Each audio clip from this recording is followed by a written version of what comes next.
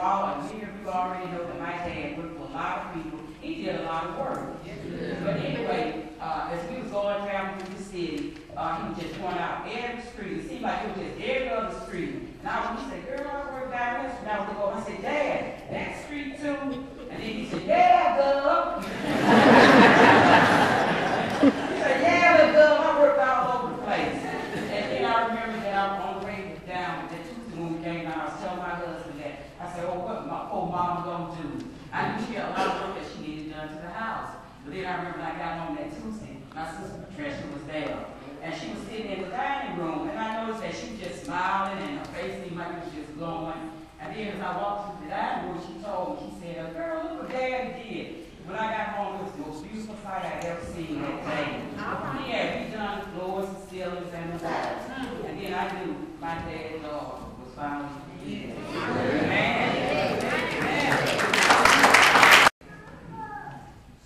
Leo was a proud man. In fact, as he lay rest in peace, Leo Carroll is standing tall. And I just want to take a few minutes and tell you something about that pride, because it affects us all, and where we are today and where we go from here. That's right. Leo was a man of few words.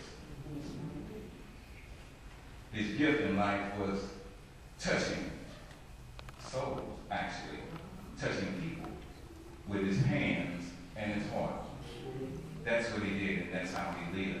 Leo was a builder. And he spent his lifetime building.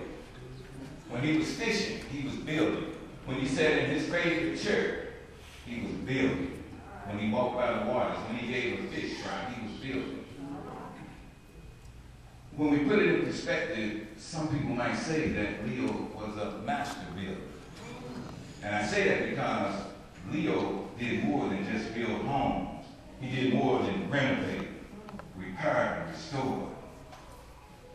Leo touched lives. He touched a lot of lives, and here, talk about building. Leo, in fact, built this, did he not? This day.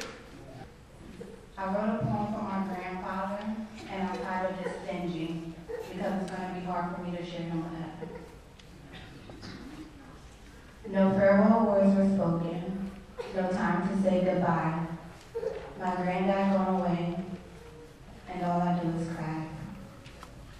They say that life goes on. They say this makes you stronger. But I don't mind being weak to have him a little longer. And we were friends from that time until the end. But Carroll and I would go fishing. We went on the house. But it's 2 things I couldn't get what Carroll to do. That would go fishing that night and go hunting. Anything else I asked him to do, it was never too late, never too early. He was right there. I want to say to the family, I'm still your friend. Just like the brother Carroll was still here. The only difference, we didn't call each other John Peter or brother Carroll. We called each other old buddy. I called him Saturday night. He returned my call. We talked very lonely. Our last word, I'll check with you later, old buddy. When I was a young boy, I used to kid. And I used to call him old dog. I used to say, hey, old dog, who you call an old boy? But I don't know, him and I just had a bond for years. And I just think time with him and I had here. And now when that his daughter, she knows, we just, I'm like one of the children. Oh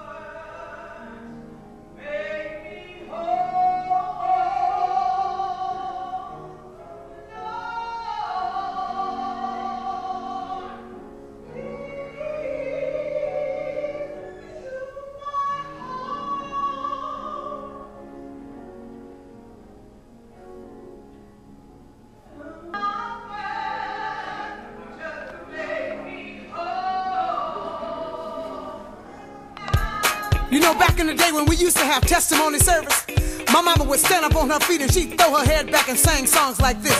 She said, how I got over, how I got over, my soul.